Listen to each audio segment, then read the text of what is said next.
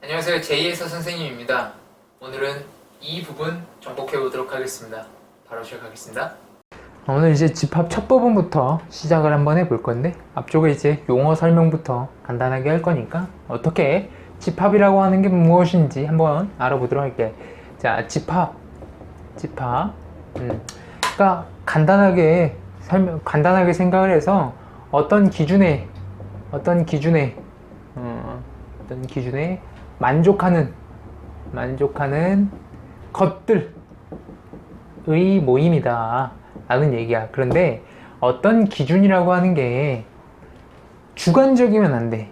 어떤 기준이라고 하는 게 얘가 반드시 객관적인 기준이어야 된다 라는 얘기야.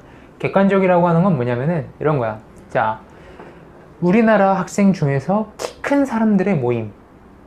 키가 크다는 건 기준이 몇이야? 남자는 180 이상은 다 큰 거라고 보면 되나? 여자들은 몇이라고 봐야 되나? 이거 사실 주관적이라는 얘기잖아. 정확하게 키가 뭐 170부터 180 사이의 사람들의 모임이라고 하면 객관적이지. 정확하게. 그 다음에 뭐 수학 성적이 90 이상인 사람들의 모임 이러면 객관적이지. 주관적으로 표현하려면 수학을 잘하는 학생의 모임 이런 건 주관적이니까 집합이 될 수가 없겠지. 그치? 이렇게 표현을 해주면 되겠고, 원소라고 하는 거는 뭐냐면은, 이 집합이 원소들로 이루어져 있어. 그래서 집합의 구성 요소다 라고 보면 된다. 집합의 구성 요소 이렇게 봐주면 되겠다. 간단한 내용이야. 우리 뭐 어떤 주머니 속에 검은 구슬이 있고 흰 구슬이 있고 파란 구슬이 있고 여기 뭐 빨간 구슬이 있어. 그러면은 어떻게 볼 수 있냐면 주머니라고 하는 거를 어떤 구슬의 집합이다 라고 볼 수 있어. 그 다음에 검은 구슬을 원소, 하얀 구슬을 원소, 파란 구슬, 빨간 구슬을 각각 원소다 라고 이야기를 해줄 수가 있겠다는 뜻이야. 알지? 그러면서 선생님이 여기에다 기호를 한번 나타내 볼게. A, B, C, D. 그 다음에 여기 있는 이 주머니는 선생님이 어떠한 집합 A다 라고 표현을 했어. 그러면 표현을 어떻게 가져갈 수 있냐면 A라고 하는 원소는 A라고 하는 집합에 포함된다. 원소이다. 이렇게 포함시킬 줄 수가 있다. B라는 것은 A에 포함되어 있다 라는 그런 얘기야. 자, 그러면 E라고 하는 건 A에 포함이 되어 있나? E라고 하는 원소 있니? A라는 집합에 들어있지 않지. E라고 하는 원소는 A에 들어있지 않다. 이렇게 들어있지 않다. 이런 표현으로 나타내주면 되겠다. 그래서 속해 있는 건 삼지창을 쓰고 속해 있지 않은 거는 삼지창에다가 빡! 그거 넣으면 되겠다. 그 표현이야.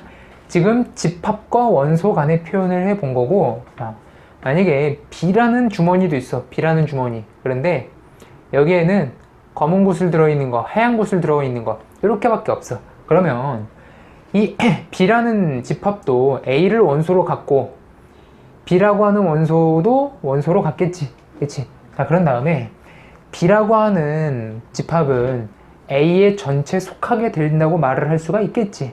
원소들이 A, B, C, D인데 여기는 A, B니까 집합 B는 집합 A에 속한다 라고 볼 수 있는 거지. 그래서 집합 B와 집합 A를 비교를 해주게 되면 어떻게 비교해 줄 수 있냐면은 이지창. 집합 간의 비교는 어떻게 해준다? 이지창. 얘는 집합과 원소일 때는 삼지창. 이렇게 해주면 되겠다. 그치? 집합과 원소, 집합과 집합 간 표현을 이렇게 해보았다. 이런 식으로. 그래서 표현 방법을 한번 알아봤고, 요번에는 자, 이렇게 항상 이 그림을 그리는 걸 뭐라고 하냐면은 집합의 표현 방법이야. 집합 표현법. 자, 첫 번째, 선생님이 표현했듯이 그림을 그려서 나타내는 걸 뭐라 그러냐면은 벤 다이어그램이다 라고 얘기한다. 벤 다이어그램. 그림 그려서 나타내는 거야. 그림 그려서. 그러면 이번엔 어떻게 표현을 해볼 거냐면 이렇게. 자, A라는 집합은 A, B, C, D 라고 표현이 되어 있다. 이렇게 표현하는 거는 뭐냐면은 집합의 모든 원소를 전부 열거했지. 전부 열거했다. 얘는 원소 나열법이 되겠다. 원소 나열법. 모든 원소를 전부 나열하는 거야. 모든 원소. 그 다음에 세 번째, 이번엔 어떻게 표현할 수 있냐면은 A의 원소는 X들인데 이 X라고 하는 녀석은 뭐 A부터 이렇게 쓰자.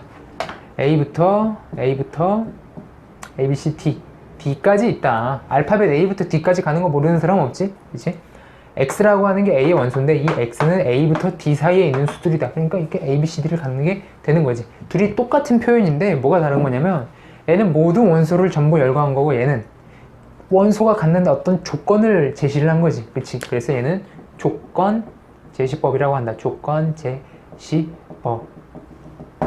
자, 어쩔 때 원소 나열법을 하고 어쩔 때 조건 제시법을 할 거냐면 원소 나열법은 통상 10개 이하, 원소가 10개 이하일 때 하고 얘는 10개 초과일 때 많이 표현을 한다. 정해진 건 아니야. 선생님이 문제를 풀 때 그렇게 하겠다는 얘기야. 그러니까 10개 이하 정도면은 그냥 손으로는 팍 한 다음에 하는 게 빠르더라.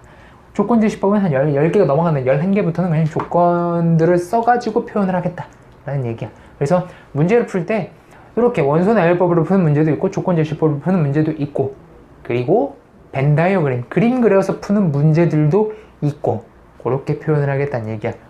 이렇게 집합의 표현이었다. 요번에 이제 집합의 분류 한번 해볼 건데 집합의 분류라고 하는 거는 이제 집합이 어떻게 생겼는지에 따라서 표현을 한번 가져가 보겠다라는 그런 얘기인데 첫 번째 나눌 수 있는 거는 유한이냐 무한이냐 이걸로 나눌 거야. 자, 유한집합이라고 하는 건 뭐냐면은 막 이런 거 있잖아. 10 이하 자연수 모임 이런 거 유한집합이겠지. 그치? 그러면 무한집합의 예를 한번 들어볼게. 2의 배수 모임. 2의 배수가 몇 개 있겠어. 엄청나게 많을 거 아니야. 위에 있는 거는 유한집합, 밑에 있는 건 무한집합. 이렇게 표현을 하겠다는 얘기야.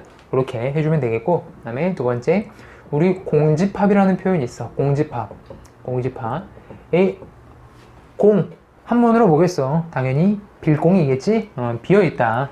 집합이 비어있다는 얘기는 뭐냐면은 원소가 하나도 없다는 얘기야. 그러면 요런 거 한번 예를 들어볼게.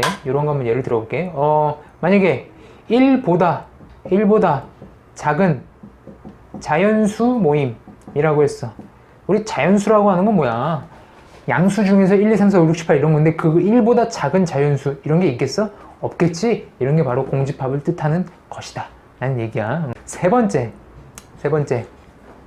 요거는 이제 집합의 분류를 하기보다는 이게 어떻게 표현을 하겠느냐라는 거 그런 건데 이제 원소의 개수가 유한하다, 무한하다, 없다. 그러면 기타 유한한 거는 몇 개가 존재하겠느냐라는 거 그런 걸 쓰겠지. 그래서 집합의 원소의 표현 NA라고 하는 표현을 한번 가져와 보도록 할게. 집합의 원소의 개수야. 이 N이라고 하는 건 뭐냐면은 넘버의 약자야. A 집합의 원소의 개수가 몇 개니? 라고 정해 놓는 거지. 그래서 A라고 하는 녀석이 만약에 그냥 1, 2, 3 이라고 한번 했어봐. 그러면 NA를 구해라 라고 하면 얼마면 되겠어? 3이다 라고 표현을 해주면 되겠지. 이게 조건 제시법으로 나와 있든지 원소 나열법으로 나와 있든지 간에 표현할 수 있다. 벤 다이어그램도 마찬가지로. 그러면 여기 이 무한집합이나 무한집합은 원소의 개수를 얘기할 수 있을까? 무한집합은 원소의 개수를 얘기할 수 없겠지. 워낙 크니까. 그럼 공집합은 우리 공집합의 표현은 이렇게 표현을 한다. 공집합의 원소의 개수는 몇 개일까? 원소가 없다며 0이 있지. 0. 그렇지. 공집합의 원소의 개수는 0개다. 이렇게 표현을 해주면 지금 집합의 분류를 원소의 개수에 의해서 나타내봤다. 1번과 2번은 나누는 방법이었고 3번은 세는 방법에 대해서 표현을 해 보았다. 문제 풀면서 여기 있는 기호들 그 다음에 문자들 사용하는 연습 해볼게. 오늘 여기까지.